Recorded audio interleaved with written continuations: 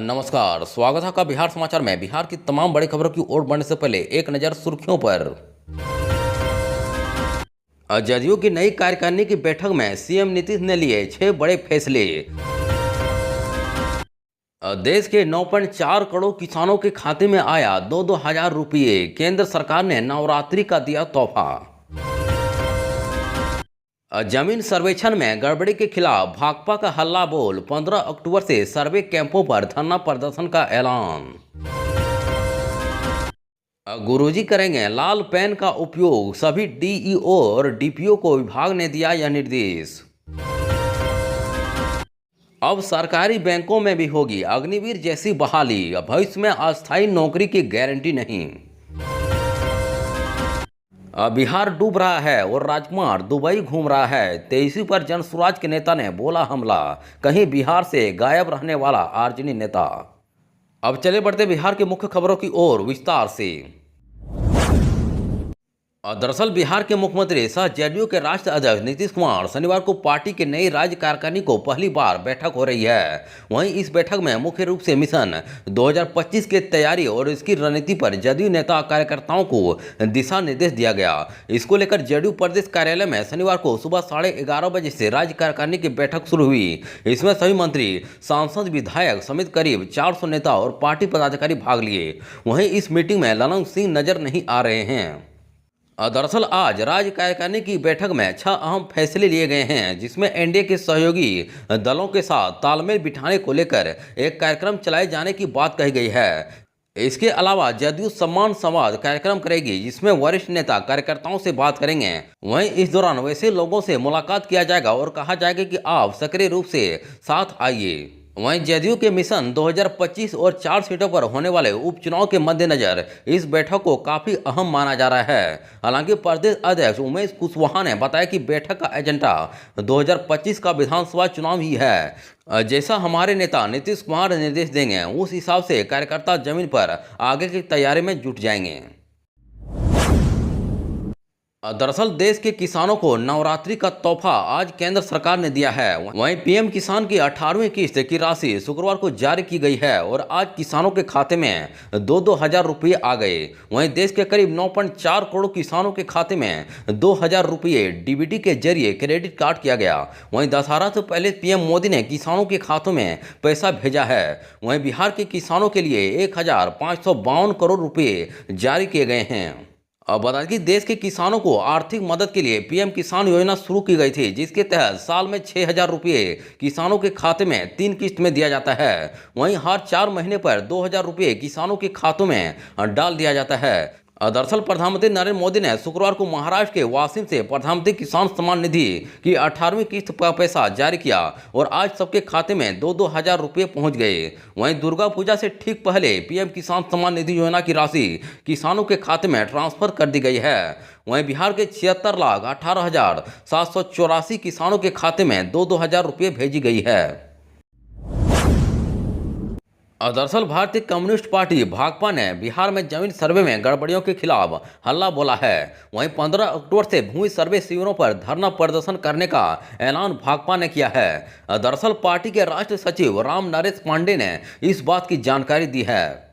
उन्होंने कहा कि अभी बिहार में लग रहे स्मार्ट मीटर का विरोध किया जा रहा है। वहीं पार्टी ने सभी जिला सचिवों को आंदोलन को तेज करने की बात कही है। दरअसल पटना में आज भाकपा की कार्यशाला संपन्न हुई, जिसमें बिहार विधानसभा चुनाव, बाढ़ की विभीषिका, प्रीपेड स्मार्ट मीटर, कानून व्यवस्था, बिहार भूमि सर्वेक्षण समेत कई अन्य मुद्दों पर चर्चा हुई। वहीं कार्यशाला में बाढ़ और सूखाग्रस्त जिलों में बिजली बिल माफ करने की मांग उठाई गई। इसके अलावा 20 दिसंबर से 26 दिसंबर 2025 तक शताब्दी वर्ष मनाने का फैसला भारतीय कम्युनिस्ट पार्टी ने लिया है।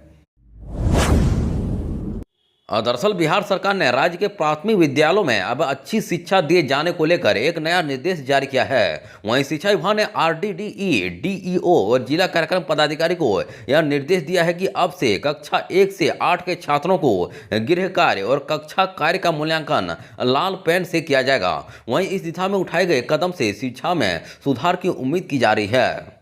अब बता दें कि शिक्षा विभाग ने शिक्षक मार्गदर्शिका के तहत यह सुनिश्चित किया कि सभी शिक्षक गृह कार्य और कक्षा कार्य के मूल्यांकन के लिए लाल पेन का इस्तेमाल करेंगे, ताकि छात्र शिक्षकों द्वारा किए गए सुधार, टिप्पणियों और सुझावों को आसानी से पहचान सके।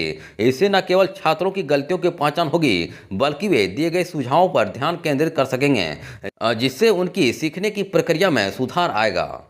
वहीं अपने कार्यों में सुधार के प्रति जागरूक होंगे। छात्र पदाधिकारियों ने बताया कि इस निर्णय के पीछे शिक्षा विभाग की इच्छा यह है कि छात्रगण अपने कार्यों में सुधार के प्रति जागरूक हों और उन्हें समझ में आए कि किस प्रकार की त्रुटियों पर ध्यान देना आवश्यक है। वहीं यह कदम शिक्षा गुणवत्ता के मानकों को बढ़ाने के लिए उठाया गया है, जिसमें छात्रों की लेखन क्षमता और गृह कार्य पर विशेष ध्यान दिया गया है। जानकारों ने बताया कि शिक्षा विभाग के इस आदेश से यह उम्मीद की जा रही है कि राज्य के सभी सरकारी विद्यालयों में शिक्षा की गुणवत्ता में सकारात्मक बदलाव आएगा।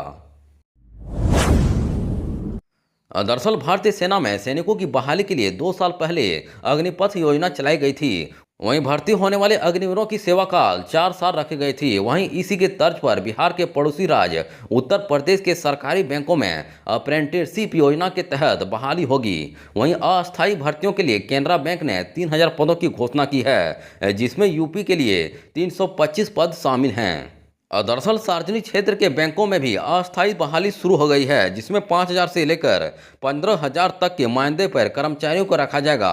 वहीं इस नई व्यवस्था के तहत central bank, state bank, bank of India, union bank, Canara bank और इंडियन ओवरसीज बैंक ने बहाली शुरू कर दी है। अब बता दें कि पहली बार 21 से 25 वर्ष की उम्र के युवाओं को ट्रेनिंग कर्मचारी के रूप में रखा जाएगा। वहीं सरकारी बैंकों में इसकी नियुक्ति 1 साल चलने वाले अप्रेंटिसशिप प्रोग्राम के तहत होगी। वहीं बैंकों में कर्मचारियों की संख्या में कमी आने की वजह से यह फैसला लिया गया है। वहीं ट्रेनिंग कर्मचारियों से बैंकों का काम कराया जाएगा और कर्मचारी की कमी को दूर किया जाएगा। इनकी सेवा अस्थायी होगी और भविष्य में अस्थायी नौकरी की भी कोई गारंटी नहीं होगी। वहीं ट्रेनिंग कर्मियों को customer relation, loan recovery, bill collection, document verification, loan processing जैसे काम को सौंपा जाएगा, जो बैंकिंग सेवाओं को कस्टमर तक पहुंचाने में मदद करेंगे। वहीं अप्रेंटिस प्रोग्राम पूरा होने के बाद भी इन्हें बैंकों में नौकरी मिलने की कोई गारंटी नहीं होगी। दरअसल बिहार में उत्पाद पुलिस ने जमुई चकाई मुख्य मार्ग के पेलवाजान गांव के समीप शराब लदे वाहन को जब्त किया है। वहीं इसको लेकर उत्पाद अधीक्षक सुभाष पांडे ने बताया कि उत्पाद पुलिस को सूचना मिली थी कि देवघर के झारखंड से आर्मी के स्टार लगे एक 4 पहिया वाहन से भारी मात्रा में 3 से 4 बजे के बीच शराब तस्करी के लिए ले जाया जा रहा है। इसके बाद डुमरी चेक पोस्ट के समीप सभी आने जाने वाहनों का सघन जांच किया गया। वहीं इस दौरान एक स्कॉर्पियो काफी तीव्र गति से चेक पोस्ट से गुजर रहा था और जवानों ने उसे रोकने का इशारा किया। वहीं ऐसी गाड़ी का इस्तेमाल आर्मी में किया जाता है, लेकिन वह बैरियर को तोड़ते हुए भागने लगे। वहीं तस्कर पुलिस से बचने के लिए डुमरी चेक पोस्ट से लेकर पेलवाजन गाँव तक लगातार पुलिस वाहन पर शराब से भरी बोतल फेंकते रहे, लेकिन पुलिस ने उनका पीछा जारी रखा और पेलवाजन के समीप 56 कार्टून शराब लदे इस वाहन को जब्त कर लिया गया। बिहार डूब रहा है और राजकुमार दुबई घूम रहा है, तेईसी पर जनसुराज के नेता ने बोला हमला। दरअसल प्रशांत किशोर ने अपनी राजनीतिक पारी का शुभारंभ कर दिया है और इसके साथ ही उनकी पार्टी भी अब अस्तित्व में आ गई है। अब इसका नाम होगा जन सुराज पार्टी, यानी कि जन सुराज पहले एक मुहिम थी जो अब राजनीतिक दल के रूप में हम सभी के सामने है। इसके बाद अब उनकी पार्टी के जुड़े नेता भी एक्टिव हो गए हैं और सत्ता पक्ष और विपक्ष दोनों के नेताओं से सवाल कर रहे हैं। वहीं इसी कड़ी में जन सुराज पार्टी के नेता ने तेजस्वी यादव को लेकर राजद ऑफिस के बाहर पोस्टर लगाकर नेता विपक्ष तेजस्वी यादव से सवाल पूछा है।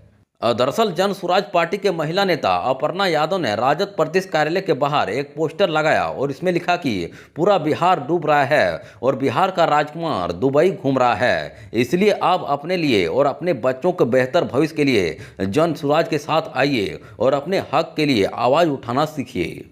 इसके आगे उन्होंने कहा कि बिहार में बाढ़ से प्रभावित हो चुके कई जिलों के लोगों का जीवन अस्त व्यस्त हो चुका है। साथ ही नीतीश कुमार की सरकार भी पूरी तरह से लोगों को मदद पहुंचाने में असफल दिख रही है। ऐसे मौके पर नेता प्रतिपक्ष तेजस्वी यादव का बिहार में रहना और प्रभावित क्षेत्रों का दौरा कर लोगों को सहायता मुहैया कराने के लिए एनडीए सरकार पर दबाव डालना बेहद जरूरी है। लेकिन तेजस्वी यादव बिहार से गायब हैं और अपने परिवार के सदस्यों के साथ दुबई घूमने के लिए ट्रिप पर गए हुए हैं।